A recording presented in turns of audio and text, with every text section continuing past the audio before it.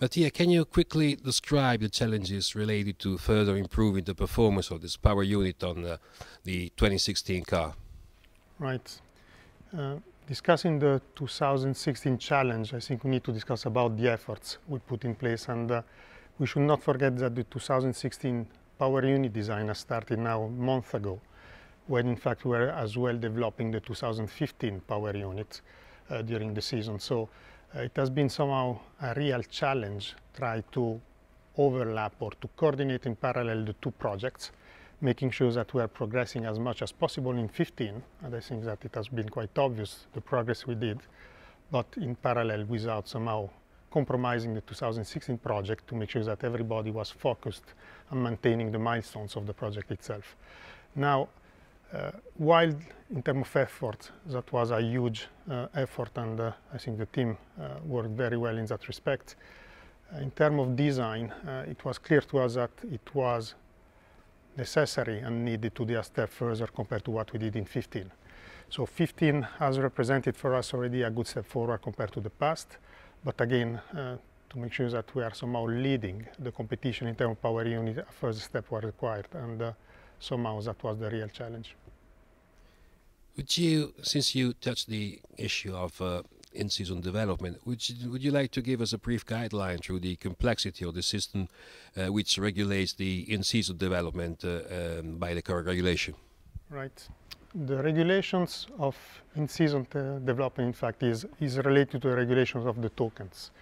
The tokens is a system in which we have a total amount of opportunities to develop, which is limited by the number of total tokens which are possible. Each token somehow is a modification possible. So we have a limited number of modification allowed, but each single items we are developing may have different weight due to the importance of the development itself. So certain development may count 3 tokens, other 2 or 1. Then you do the total sum, and the sum need to respect somehow the total numbers of tokens which are allowed for the season, which for 2016 is 32 tokens. If by the start of the season you are not spending all of them, whatever you've not spent could be used during the season to do again some modifications and try somehow to develop your power unit. Today's hybrid engines, we're now at the 3rd season of this new generation, and they have reached a high degree of efficiency. How does it compare to the former generation of normally aspirated V8s? Right.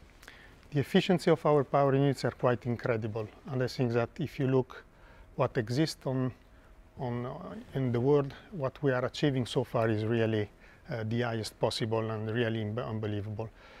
Compared to what was the standard aspirated engine we had in the past, it's almost double.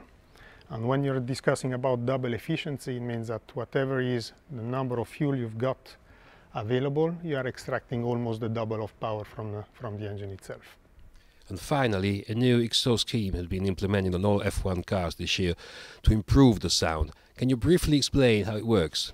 Right, that's a change of regulation to try to further improve the sound of the engine. The sound has regularly improved during the season because as well the increase of performance of our power unit. But this year we have dedicated exhaust systems for the wastegate when we are simply not filling the turbine with the gas exhaust. We are simply going in separated exits, and these separated exits are there somehow to improve the sound of the engine itself.